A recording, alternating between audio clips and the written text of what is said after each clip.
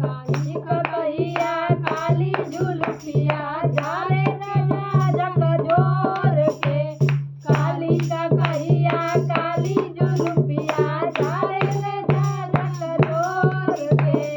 अपने खाइयो पूरी मिठाई आपके बर्फी मनाई के। अपने खाइयो पूरी मिठाई आपके बर्फी मनाई के।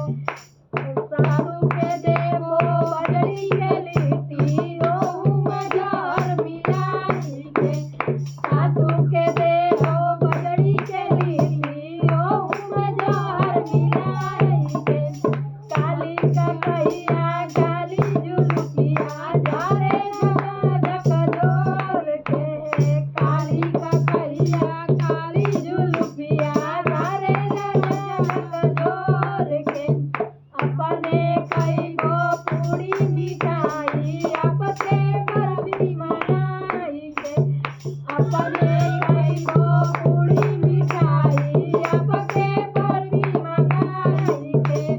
जेठाना के देबो बजड़ी के लिट्टी ओहू मजार मिलाई के। अरे गोतनी के देबो बजड़ी के लिट्टी ओहू मजार मिलाई के। नमस्कार दोस्तों, अगर कुछ भी गलतियाँ हो इसमें इससे क्षमा कीजिएगा। प्लीज मेरे चैनल को सपोर्ट कीजिएगा। दोनों के चैनल को हम दोनों साथ में बनाते हैं। इनका भी एक चैनल है, मेरी ननद है, तो आप लोग इनके भी चैनल को सपोर्ट कीजिएगा।